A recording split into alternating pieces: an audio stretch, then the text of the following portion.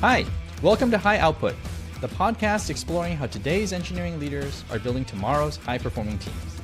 I'm your host, William Cheng, and each episode we sit down with visionary engineering leaders who are forging new paths in our rapidly evolving field.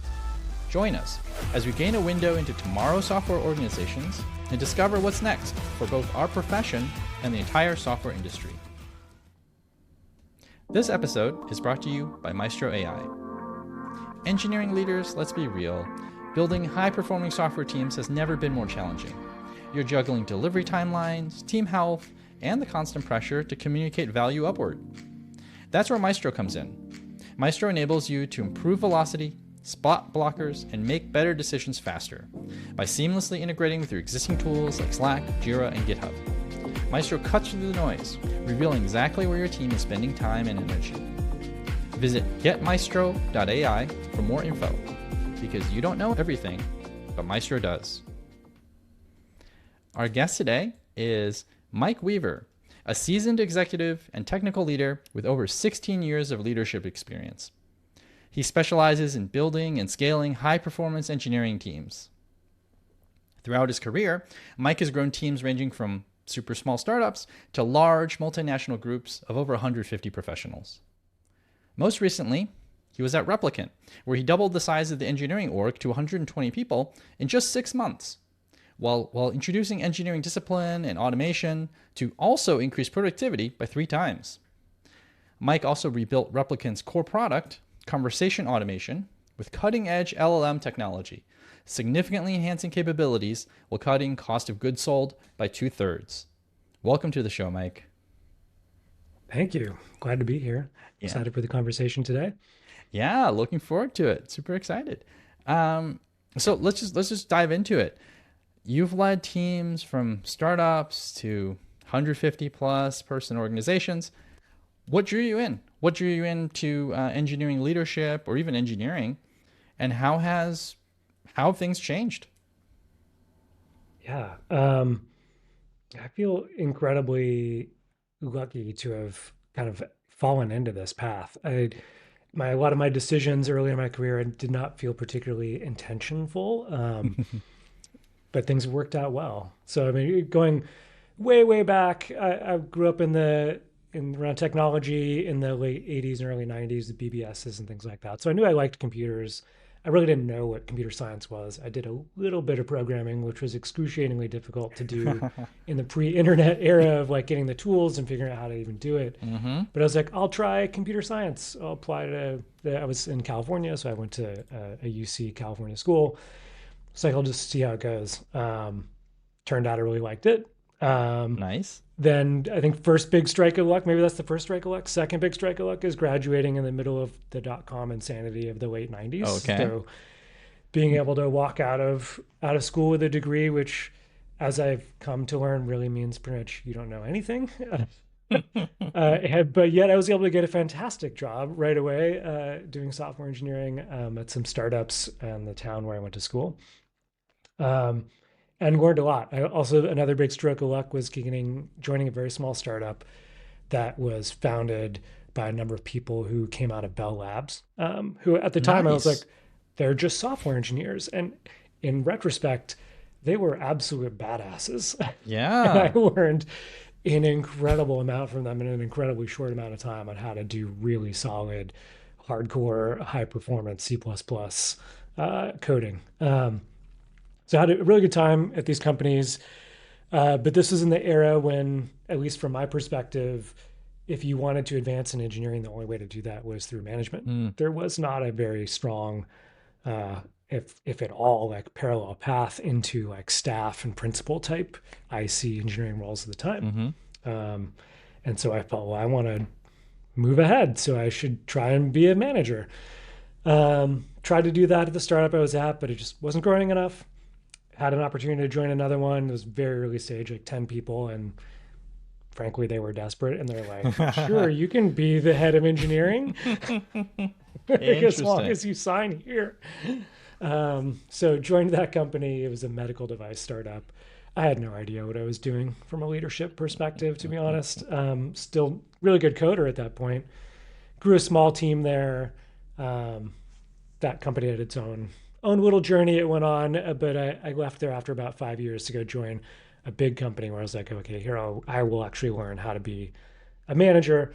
I joined Citrix. Hmm. It eventually became LogMeIn, but there's another couple companies that LogMeIn bought that I actually joined back in the day. Um, and there did actually get some actual management training. I think that's the only formal management training I've had my whole career. But spent a couple years there, realized big companies, while they have a lot of perks, were not for me. Hmm. Um, Went back and joined another startup on an executive team, applied some of that leadership that I'd learned, built a smallish team. It was, I think we peaked around 15, 20 people. Um, but that startup just wasn't quite cutting it either. So jumped to yet another one, and that's I think where my career really kind of starts, and where I also feel like I got quite lucky was joining a company called Invoca. Um, and there I joined a really strong engineering team with good leaders. I joined as a director, and I learned a ton from the VP of engineering that was there about how to really be organized. I feel like I knew really how to do good engineering, but I don't think I was a great execution leader yet. Hmm. Learned a ton from him. The company unfortunately went through a little bit of some tough times. We had to do a layoff, and he ultimately decided to leave. That created a huge opportunity for me, and the CEO put a ton of faith in me at the time and giving me the opportunity to take the top spot and lead that engineering team as a VP of engineering. Amazing. So I think I spent another 5 years there after that. Had a really good run. We grew that company up to 100 million in revenue, like about 150 people in the engineering team, spanning countries, multiple products. That was amazing. Really, really fun. A lot of great opportunities, a lot of great growth. Learned a ton. But I had been there 7 years by the time I decided to leave, and it's like Ah. I just needed to do something else. It was just that itch was getting itchy again. I'm like, Yeah. hey, this company's getting kind of too big. I need something else to go do. Um, the Invoca has an AI component to its product, which I'd really enjoyed. I was like, I want to do more of that. I would like to go work for a company where AI isn't just part of the product, where it is the product. And that led me to where I have been most recently, which is Replicant, which is in the contact center automation space, specifically in voice. So if you call up a contact center and you get one of those lovely bots that Hmm. wants you to speak to it rather than using touch tones, that might be Replicant. If you're having a terrible experience with it, it's probably not Replicant. Uh, that's something we pride ourselves on, is making ones that don't infuriate people, sticking to the use cases that the bots are actually capable of solving versus just sort of throwing an LLM at something and just hoping that it can address Hoping customers' it needs. works. Yeah. And then you covered that in the intro, but it's been an exciting run there, a lot of good growth, major investments going on the engineering side just to keep up with the technology. It's definitely an interesting experience for me.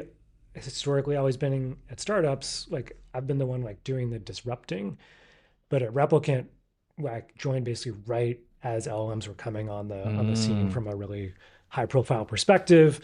Um, and Replicant had been around for about 3 or 4 years before that, had an existing ML stack that these bots were built on. Um, and I think it took us a little while, maybe too long to realize it, but like we were being disrupted. Yeah. That's really what was going on. And we needed to move. Ultimately, we moved a lot faster, but in the beginning, we were kind of moving a little slower in adopting this technology and just reticent to abandon that massive investment that had been made over the prior years. Yeah. You know, So that's been an interesting journey. that's you know what one thing that struck me as you were going through your story, there were both, circumstances and luck and external situations influencing you, but also like your own choices, right? Like you wanted to get into leadership, you wanted to move career, jump from one place to another, as you were seeing that there were either some issues or you just needed something else. How do you view that? Like, maybe this is a too philosophical question, but like, how much of stuff is luck versus the choices you make? And it's a mix for sure. I mean, you can make bad decisions, right? But I think especially with startups, there's a lot of luck. It's the right place, right time. Often has a more impact than anything you can do. That's something that's made me super excited about Replicant. Is like talk about right place, right time. I Mm-hmm. mean, the right technology has come along. The market is ready for this, and that's in contrast with the Invoca story, which ultimately was very successful. But if you look at the time frame it took Invoca to become successful, we were having to go to customers and tell them they had a problem, and then tell them we had the solution to their problem, Uh, right? And selling things that way is so much harder. You can do it, but it's like you're building a market versus going to customers that are like, I have a raging burning fire. I need what you're selling. yeah. It's a completely different situation. And to me, that is again some degree choice. Where do you choose to work? Mm-hmm. And some degree luck, like what opportunities are really out there. Like Yeah. when you're evaluating these opportunities to companies you might join or might found, you know, you only know this much when you're making that initial decision. And so there's an aspect of luck in terms of whether you're inferring the right future based on a very small amount of information you have when you're making that decision. Right. But again, to the choice aspect of it, and the power of, I guess, human will. Like at Replicant, right place, right time, yes. But if you guys hadn't shifted to embracing new technology, if you had just kept going using all the old stuff, I think you probably would be in a different place as well, right? Definitely. Yeah. A very painful place. um, but I think we took it too conservative. I think it was, Hmm. and it's so easy to look back on it. It's only been 2 years, but it's when the technology first came out, the intention and what we did do was like, let's incorporate it in parts of the product. Let's improve these parts of the experience. Um, and frankly, I think the technology wasn't quite ready to do the whole thing at that time. And we tried to read the tea leaves best we could about how fast things were changing and how much the technology was improving. We thought we had a couple of years, and it turned out we had more like 6 months before the technology was ready. And then when that happened, it was like, okay, we have to kind of throw things away and start over, which is also something that I think historically I've always heard like really almost exclusively negative stories about those types of decisions. And Mm-hmm. I was really reticent to do that because it's typically always, yeah, we're going to keep the old one running, we'll build the new one. And then the way that story always seems to end is the new one never launched. Well, it's That's typically what happens, right? it's interesting because we've heard both sides of that. Like, so Hmm? there's a standard advice that as a startup founder you'll get, which is no, no, no, you don't like the next thing is always shinier, right? Like Yeah. it always looks good, but if you have something, like keep it going, maybe add to it, that sort of thing. But even with what we're building at Maestro, quite frankly, like it was not called Maestro before. We were not using LLMs, and we needed to do it. And it's actually been, I think it would have been a really bad idea if we'd stayed the course. And so I think that it seems like it's good advice, but it's tempered by the times. Like if times are changing, you Yeah. better What is you your better environment? change. Yeah. I think scale is the other part that always makes that decision hard. So you've got a platform with tens of millions of revenue on it. Do you really want to walk away from that and replace it? You're disrupting yourself because inevitably you're not going to be able to build a new platform with all the same functionality Hmm. or maybe all the same plus better than the old one. You're going to have to start with some kind of core functionality and be able to sell that, right? Hmm. You can't just go on a 2 year long development cycle to match all the functionality. So it's a tough decision. It is, Um, but on the yeah. other side, you have companies that don't do that, and it feels like sometimes it just slowly dies over time, right? As the new guys slowly start eating their lunch and everything. So Yeah. And that's your classic innovator's dilemma, right? there you go. Um, so, yeah, I think something that to me this time around doing this rebuild that's kind of clicked for me is just the new tooling we have, the cursors and whatnot. Hmm. The velocity you can move at with greenfield development is just like Mm, preposterous. yeah. it's it's so fast, and so we were able to overachieve on our goal. I mean, we got the core of the platform rebuilt in 90 days with a team of, Wow. what did we have? 12 people. I mean, just Incredible. bonkers. That is incredible. Yeah, it was just wild the speed at which we were to move that far exceeded my expectations. We set some aggressive goals and like, we'll see if we hit these, and like we blew them out of the water. What was And that? I really attribute that to those coding tools in terms of how much ground you can cover so quickly. Because if you're trying to replicate a whole system, there's just all this stuff you got to go build Yeah. that isn't really necessarily core to your value prop, but just stuff you need. What specifically, what tools were the ones that you would give the most credit to? I mean, cursor all the way. Mm. Yeah, we were at that point, and we've been sort of changing to the tool du jour Yeah, over yeah, the yeah. last 18 months. But I'd say during that project, it was cursor. I mean, some of these newer ones, Devin, and some of the other ones that have come on board lately, we were not using yet at the time. But yeah, experienced engineers who can use those tools, have experience with the tools as well, because I think there's some learning curve and I get the most out of them, um, can just produce an enormous quantity of reasonable quality software very quickly. And that's, I think, just changed my calculus on that. Like, okay, if I wanted to rebuild something again in the future, I think I just moved closer to toward the yes by default, because Mm-hmm.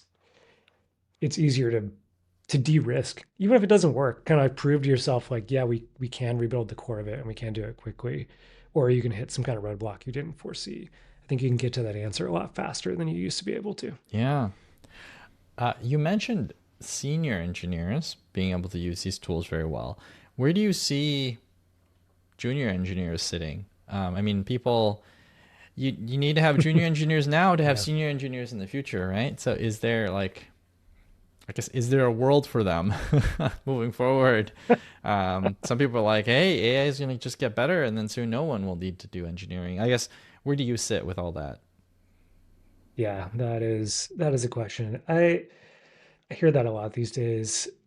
I don't really see it honestly all that different. Again, I feel like the time scales change, but the problem is the same. So the way I see the problem is it's great you can automate writing the like easy code the normally you'd give to a junior developer, and Mm-hmm. like, okay, they're not going to learn from that exercise, but really what were they learning from before? They were likely learning from Stack Overflow, which is a terrible place to learn good practices, Mm-hmm. or they were learning from your own code base, which may Questionable. or may not be very good anyway, right? It just depends on what's in there.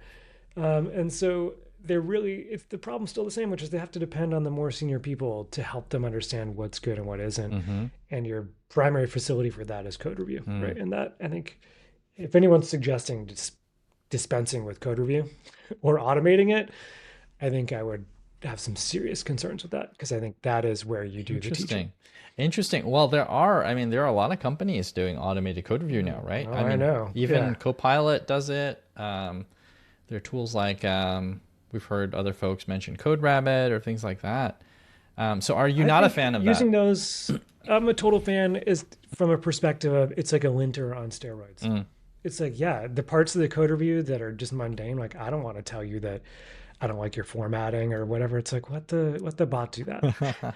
Let's have a conversation about the underlying performance characteristics of the code you wrote. Like, pretty unlikely that one of these automated code review tools are really going to be telling you that. Yeah. So that's where I think the real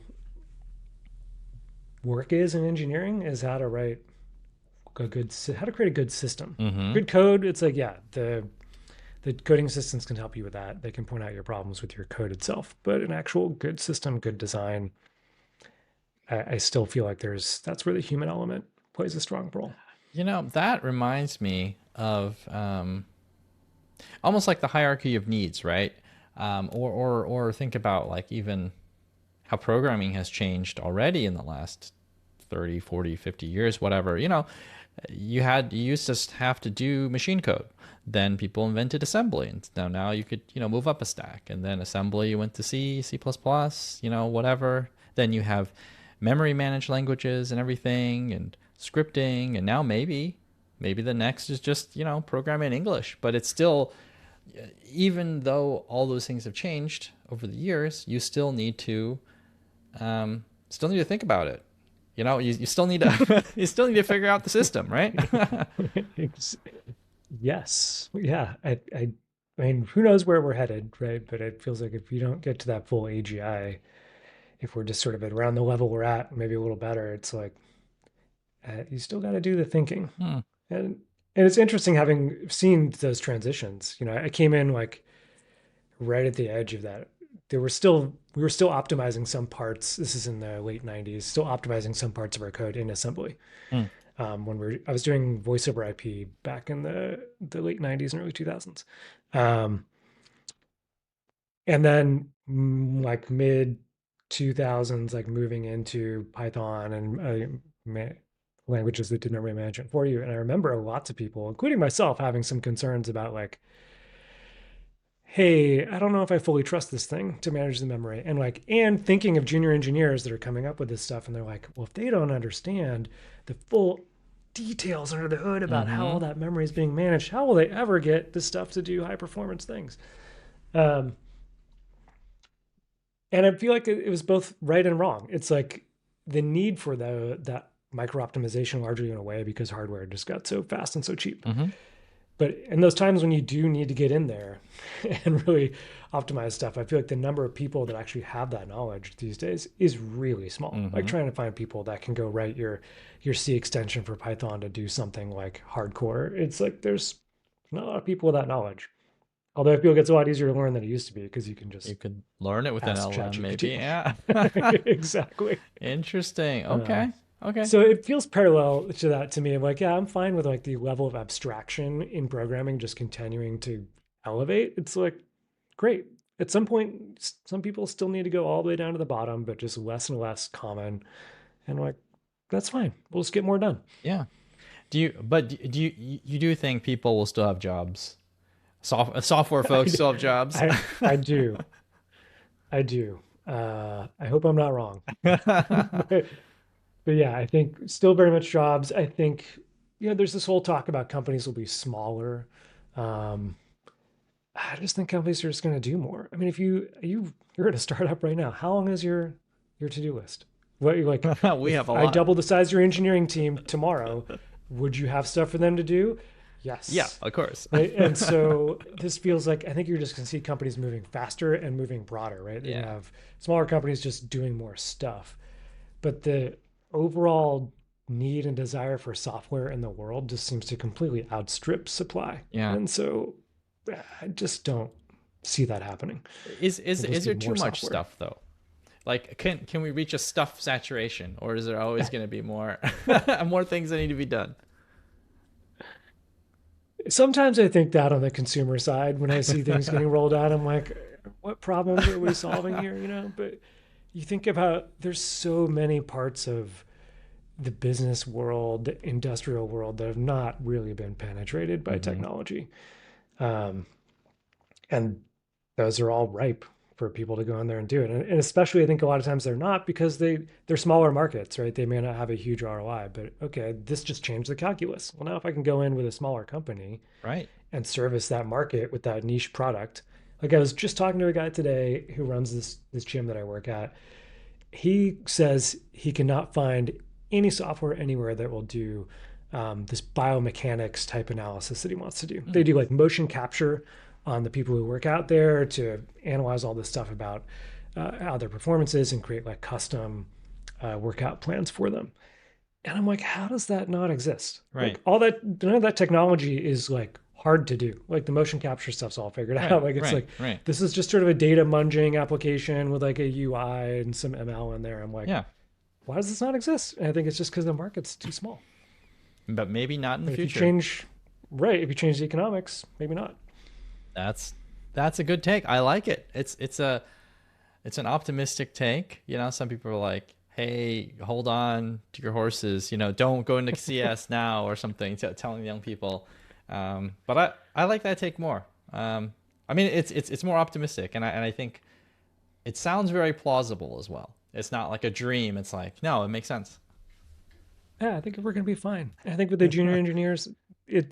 I think the only challenge junior engineers are going to have is that their expectations will be higher quicker Mm, because we were going to expect them to ramp and learn faster because they have this 24/7 coach right there that they can ask every dumb question they have to versus a struggle they have with interns and first couple year engineers is often like they feel stupid. They kind of limit themselves. Like, I'm only willing to ask so many questions per day before I feel like Mm-hmm. people are going to think I'm stupid, or they're going to be annoyed that I'm asking them questions. So we give you the super smart assistant that you can ask every question all day long. I just feel like this is going to accelerate the learning.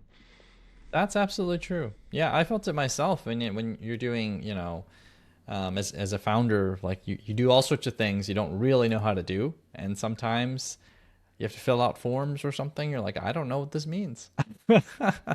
And if you can get those answers really fast, you can just do more. You can learn faster.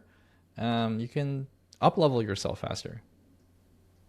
Yeah, Well, okay. absolutely. So then in Yeah. that world, okay, what skills does the human need to have? So a lot of these knowledge type things. Let's say you can ask an AI, I can give you a lot of answers. What human skills become more important in this AI age, especially in Mm, software? yeah. Um, Same ones that are important today, which maybe not everyone values the same way I do. But to me, as you become a more senior engineer, I see it's all about communication. Mm, I mean, there's only so much you can get done as an individual, and then you need to go outside of yourself. And the only way that happens is words coming out of your mouth and words coming into your ears, mm-hmm. and maybe some slides, right? It's Yep. like you need to be better at communication. And I think it similar to how I'm saying expectations think will rise for juniors. It's just going to kind of lower the experience level at which they're going to need to hit that kind of level of Mm, communication in order to be able to scale themselves. You got to work as a team and coordinate work amongst multiple people in order to get more stuff done. mm. Um, and I think that's a challenge. I mean, I see a lot of engineers struggle with that. It's either not something that they're comfortable with, like personality wise, or they just don't have a lot of experience with it, and maybe they haven't seen it modeled well in the past. Um, and so I think that is something that I don't think an LLM's going to be great at teaching. Mm. it's, I think you can hit your baseline stuff with an LLM. I actually just heard about this tool the other day that was designed for. Let me back up a little bit. Does the term "brilliant jerk" mean anything to you? Is this No. This is I think often I've used heard it for before, these but I, like, I, I don't. yeah, these are like the super high productive engineers, but they're kind of Oh, okay. they could be all different kinds of asshole. Mm-hmm. Um, and so they're typically like cordoned off. It's like, yeah, we don't let anyone talk to Steve. He's just in the corner, and we just give him massive projects, and he does those. Um, and there's this tool that integrates with Slack that helps these people by just reviewing all their messages and Mm. being like, this message is a little intense, a little direct. Like, how about this instead? So I think, like, sure, LMs might be able to help people with some of those kinds of soft skills, but I think there's some things that are just really hard to learn, and just either you've got them or you don't, or they take a lot of time. Yeah. I realize I'm throwing out problems without solutions here, but No, it's I think also in this highly remote work world as well, I think it's also tough. I mean, developing soft skills over Zoom is definitely harder. oh yeah. Even just speaking with someone, right? The in person it's a different experience. It's there could be a little pause and you can interject, you can ask a follow-up or something in over Zoom or something. There's just enough latency. You can't do that. Now it becomes more, and then now the whole habit of communication is different. So Yep. it's And how much we tough. push to writing instead of live, Mm-hmm. which I get. It's a huge productivity benefit, but I think it is going to be harder for people to master those social skills that I think are critical to, if everyone can produce code at four times the rate they used to, it's like, okay, well now like kind of there are no more like solo projects. It's like yeah, and you're gonna have to coordinate. Yeah. What So what about so that's the IC level. What about the engineering leader level? How is that going to change with AI tooling and everything? I'm hoping it frees up people to spend more time on those soft skills Mm. because I think that is, in my experience, the first things that get thrown out the window whenever it's crunch time is the one-on-ones, the time spent putting together that career plan, the all the stuff that really helps people in the long run become better humans and better engineers. Like you're like, forget that, we got to ship. Um, and so hopefully, by making shipping a little easier and maybe relieving some of that code review burden that's being done by some managers, you might get more time spent with people. I think there's a distinct possibility that it goes a slightly different path, which is you just expand the span of control Mm-hmm. for managers. Your typical rule of like no more than two hands of directs might change to two hands and a foot. Yeah. Uh, Yeah. Instead, at some companies that want to cut down on the overhead, I think that would be a poor trade. I feel like, especially as the technology is doing more of the technology work, and you've got to emphasize those soft skills and people skills. It's like have people teach people those things. Yeah. Well, my last question is now, you've learned a lot over the years. You've seen AI change the world, start to change the world. If you could go back to early days, Mike, you know, is there anything that you'd do differently? Like would you learn differently? Would you make different choices? What do you think would change? Or what would you Mm. change? Yeah, I think the biggest. Let me explain the problem I think I'm solving for in my own retrospective career Mm-hmm. analysis. Is like I'm happy with where I've ended up, but I think I probably could have gotten here faster and with like less like U-turns Mm-hmm. all Mm-hmm. over the place. Uh, if I'd had a mentor, I Mm. think investing the time in getting a mentor at any point, I have one now, but it's like the sooner the better in your career. And they may not be your mentor for life, right? But trying to always keep that person there that can help you and guide you and be that voice of reason, um, I think would have helped. I think some of the decisions I made earlier on, yeah, probably would have made different decisions if I had kind of an outside voice there. Um, yeah, and I don't think ChatGPT is going to do that. Yeah. No, I mean, I love this. I love this. Yeah, It's really it's the age of AI, but still it's still the age of humans at the end of the day. we're still here, baby. Yeah, yeah. We haven't been knocked off yet. Not yet, not yet. Man. But I think it's still true, and I try to impart that to the people earlier in their career that I work with now, and try to facilitate for them that because it's easy to say like get a mentor, and it's like how, like, especially if your early career, like your network isn't very big. You're Right? like I work with these people at this company. I know the many people I went to college with, and like That's it. who's going to be my mentor exactly? Um, there is slash was I think they're still around. There was this company, Plato, Hmm. that was trying to address that problem. I volunteered for them for a while of like connecting people with mentors. I think they just weren't able to quite make it financially work. They kind of changed into a little more of like a consulting type, advising type company is the impression I get. But I wish we could solve that problem at scale. It's really helping people solve mentors, or sorry, find mentors, because it's hard to do.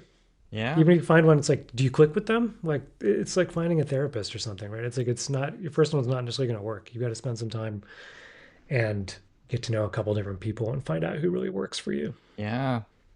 Man. But the human touch, I mean, if you find someone that works, I think that's the key, right? It's going to be better than any sort of online career guide or, you ask ChatGPT for something. You're going to end up in a much better place. Yeah, I mean, all those things are good too. Like you want all that. That's like raw data coming in, right? But that external human perspective that can call you on your bullshit, and just nudge you a little bit here and there, or just listen, Yeah. like I think is super valuable. Well, fantastic. Thank you so much, Mike. I've learned a lot, and also I'm glad to hear that there are other optimists out there. thinking about a world So where can I count you? Are you on Team Optimist? I am. I am. I Yeah. mean, I wouldn't be Okay. doing an AI company if I thought that it was going to get rid of all our jobs. I think that'd be kind of sad. I think personally, but um, yeah, glad to hear that. And thanks for taking the time to stop by and share all of your insights. Really Okay. appreciate it. Thanks for having me on. It was fun. Thanks for tuning into this episode of High Output. If today's conversation was useful, please take a moment to subscribe wherever you get your podcasts. Engineering leadership is evolving rapidly, and we're committed to bringing you insights from the front lines every week.